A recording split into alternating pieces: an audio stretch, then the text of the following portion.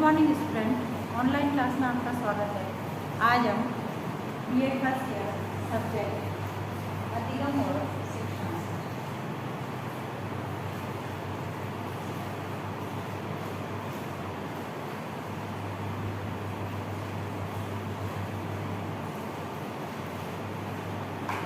इसमें हमारा जो टॉपिक चल रहा है स्मृति। इसमें कल हमने स्मृति बढ़ाने के जो तरीके हैं उन तरीकों से संबंधित जानकारी प्राप्त कि हम किन किन तरीकों से जो है बालकों की स्मृति बढ़ा सकते हैं।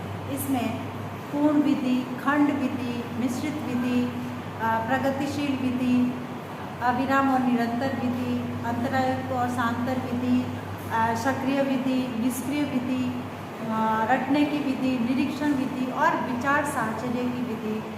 इन सबसे के माध्यम से हम जो है बालक की स्मृति स्तर को बढ़ा सकते हैं।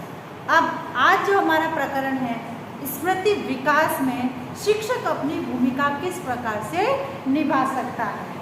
तो आज का प्रकरण है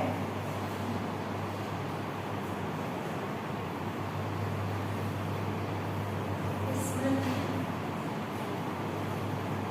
विकास में शिक्षक की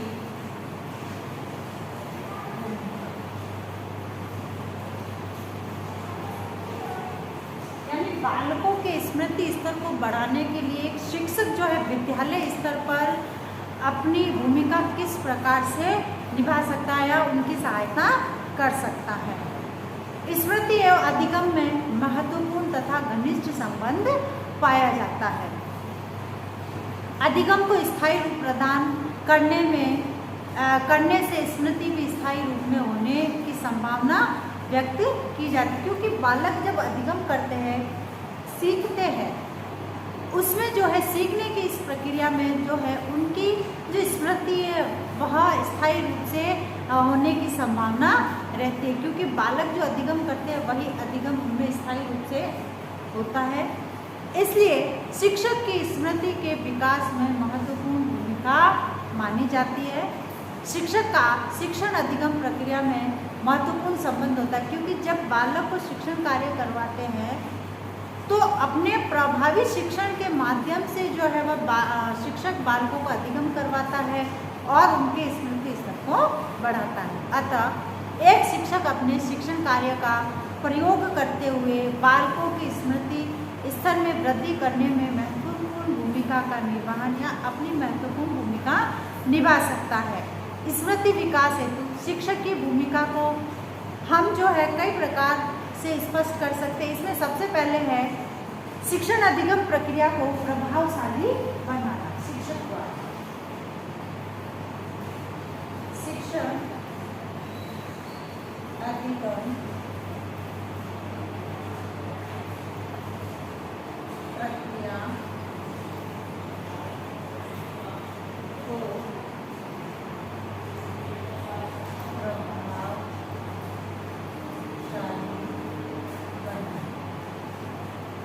यानी शिक्षक जो है बालकों के स्मृति के विकास में शिक्षक द्वारा शिक्षण अधिगम की जो प्रक्रियाएं हैं उन प्रक्रियाओं को प्रभावशाली बनाकर जो है बालकों का स्मृति स्तर बढ़ा सकता है और उसमें बढ़ोतरी कर सकता है।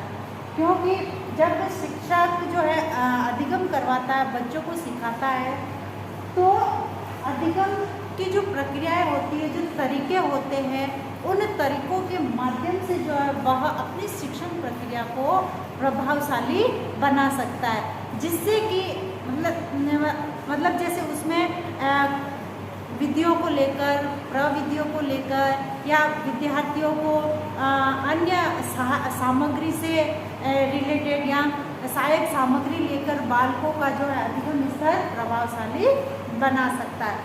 तो यानी शिक्षक का जो है शिक्षण अधिगम प्रक्रिया को प्रभावशाली बनाना ही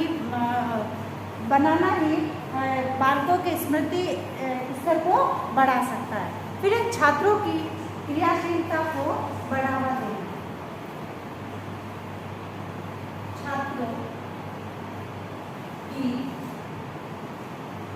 क्रियाशीलता को बढ़ावा दें।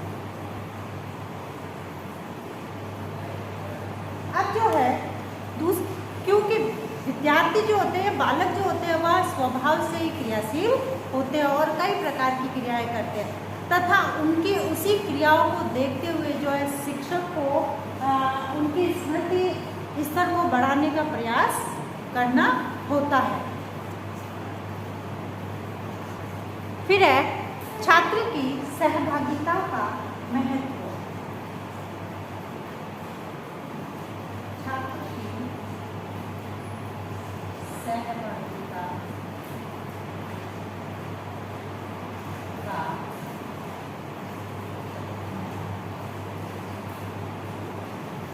यानी विद्यार्थियों की जो सहभागिता है उस सहभागिता का महत्व बताकर शिक्षक जो है बालकों के स्मृति स्तर को बढ़ा सकता है।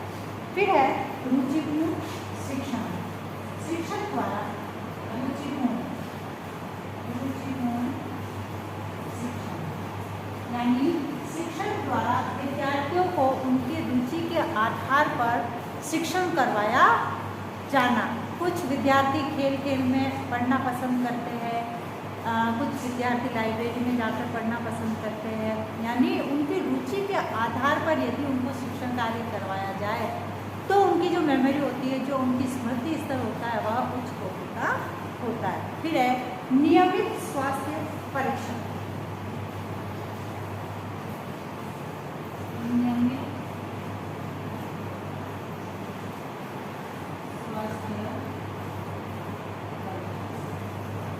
सही है। बालक जब स्वस्थ होंगे तभी वह किसी भी कार्य में अपना मन लगाएंगे, क्योंकि स्वस्थ शरीर में ही स्वस्थ मस्तिष्क का निवास होता है और यदि स्वस्थ शरीर ही स्वस्थ नहीं रहेगा तो बालक में जो स्वस्थ मस्तिष्क का विकास नहीं होगा। तो यानी उनके लिए जो है नियमित स्वास्थ्य परीक्षण की व्यवस्था होनी चाहिए। उसके बाद है भय मुक्त वातावरण।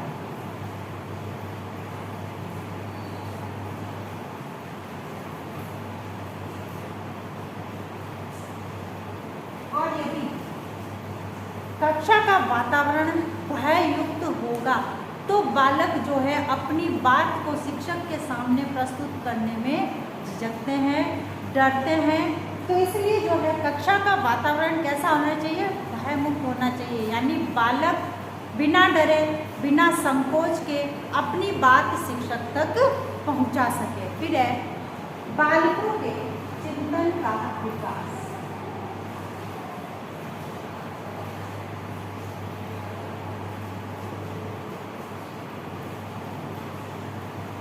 चिंतन का विकास। फिर है छात्रों की व्यक्तिगत समस्याओं का ज्ञान एवं समाधान। यानी शिक्षक जो है विद्यार्थियों की व्यक्तिगत समस्याओं को जानकर उससे संबंधित उचित उपाय या समाधान बताना। फिर है उनको प्रेरणा प्रदान करना, सक्रिय अधिगम प्रविधि का प्रयोग करना और पाठ्य सहगामी क्रियाओं का प्रयोग करना। यानी अपने पाठ्यक्रम के साथ साथ जो सहशैक्षिक गतिविधियां हैं या उसके साथ चलने वाली जो सहगामी क्रियाएं हैं उन क्रियाओं का प्रयोग करके भी शिक्षक जो है बालकों के स्मृति विकास में अपनी महत्वपूर्ण भूमिका निभा सकता है। अब है आज का आपका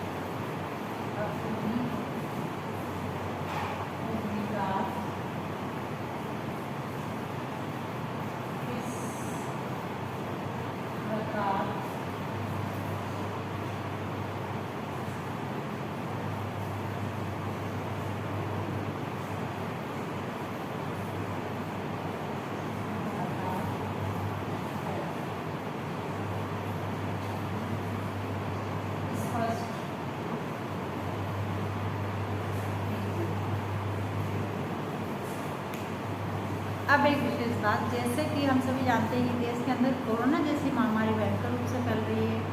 अतः इससे बचाव हेतु हमें कुछ उपाय करने, हाथों को सैनिटाइज करना, बिल्कुल मास्क लगाना, सोशल डिस्टेंस का ध्यान रखना। स्वस्थ रहे, सुरक्षित रहे। धन्यवाद।